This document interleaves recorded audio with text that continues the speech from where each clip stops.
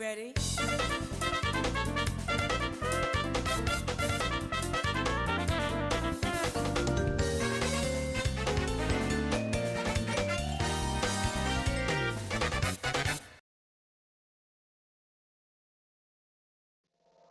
We all know Capcom and Konami were the kings of the 2D beat-em-up genre, making classics that we still go back to and play today. So many devs either dipped into or went all in on the genre, it was crazy how many games that appear so similar on paper became so popular and beloved. As I've been going through the Fightcade library, one dev keeps popping up out of nowhere and surprising me with a fun game, and it's Data East. Growing up, the only Data East game I really remember playing a lot was Joe and Mac on the Super Nintendo, which I enjoyed. But these guys have had their hands at all kinds of franchises, like RoboCop, Batman, and Marvel. They've also even created a couple of somewhat recognizable titles like Karnov and Windjammers. But sadly, Data East didn't really ever seem to land a giant smash hit. Back in the arcade days, Capcom had Street Fighter II and Final Fight, while Konami had Frogger and Teenage Mutant Ninja Turtles. Data East never managed to get the same foothold and eventually closed its doors in the mid to late 90s. But that doesn't mean all Data East did was produce shit. I already talked about Night Slashers in a previous video, and they did a good job with that game. So in this video, I want to talk about another interesting Data East game I stumbled upon. Before I get into it, if you want to help my channel, please watch this video in its entirety and share it. I would really appreciate it. Let's get into the cliffhanger, Edward Randy. Data East's answer to what happens when you make Indiana Jones into a 2D beat-em-up. What's the commotion? Someone is stolen the prism, sir. I'm impressed, Professor. Who would have thought you had the guts? Had I known what it was leading to, I would never have taken part from the beginning. Captain, we found the girl. I'm so sorry, Professor, but it appears you have failed to outwit us after all.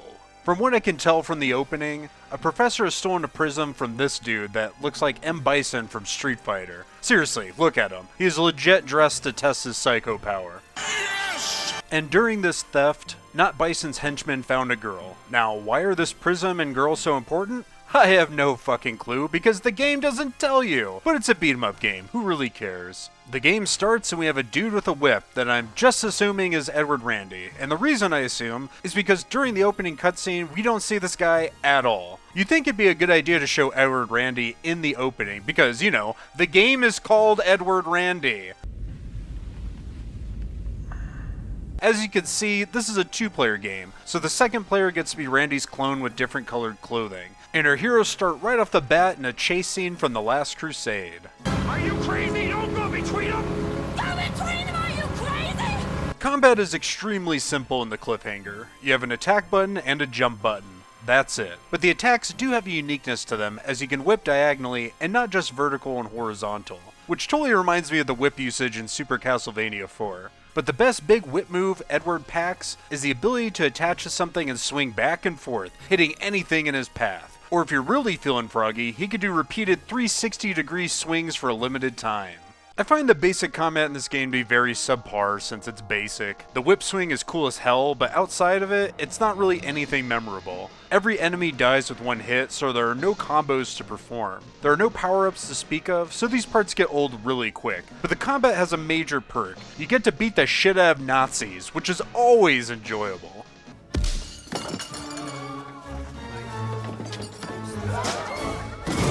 Luckily, this is a game where I'm actually more entertained with what I'm looking at versus how it's played. The first stage boat chase is really gorgeous with some good detail. I could really feel the speed and intensity of the situation with the fast-moving water in foreground, as well as these beautifully designed splashes coming off the boat, all with a charming coastal city in the background. And then the camera angle changes to in front of the boat, and the scenery is shifted. It is very fun to gaze at and well put together.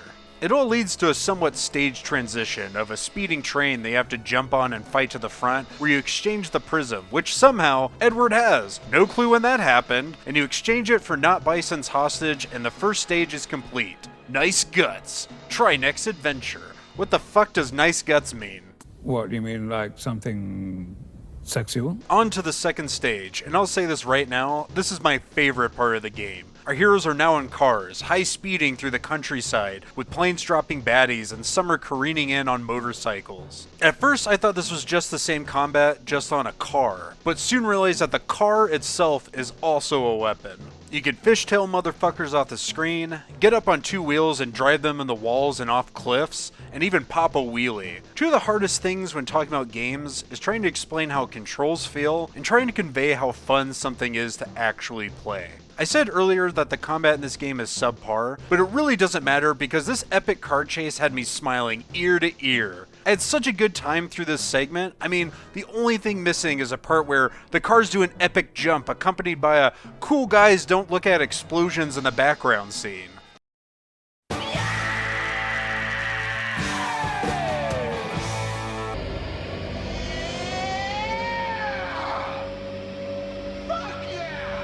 This whole game is just one big chase scene. You go from boats, to cars, to trucks, to airplanes.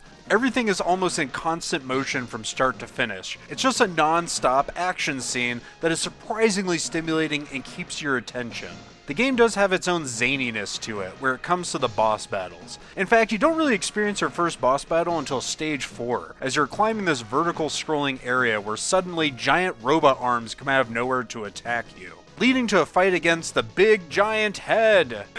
Incoming message from the big giant head. Thanks, guys, the big giant head! The next bosses are these two lightning god magician people. I have no clue. This is random as fuck. Then there's this robot with big old Vector Man arms you fight on a plane, all ending with the final fight against Not Bison. Sadly, the boss fights didn't really feel that epic. I much rather prefer the stages leading up to them, as boss fights actually felt like it slowed down the high-paced action. The game gets you in the zone of things constantly happening very fast that I honestly would have preferred if there were no boss fights in the game at all. This also leads me to two other things that really annoy me about the game. When you hit normal enemies, there's no graphical indicator that they're being hit, so sometimes you don't know if a foe takes one or multiple hits, and it can be a bit confusing. And then whenever you die and continue, the game stops. Like, why? Tons of arcade games don't stop the action to continue, and in a game that is just one big chase, you don't want the action to pause. Oh, and one final thing, I really love the screams when you kill fools. It's hilarious.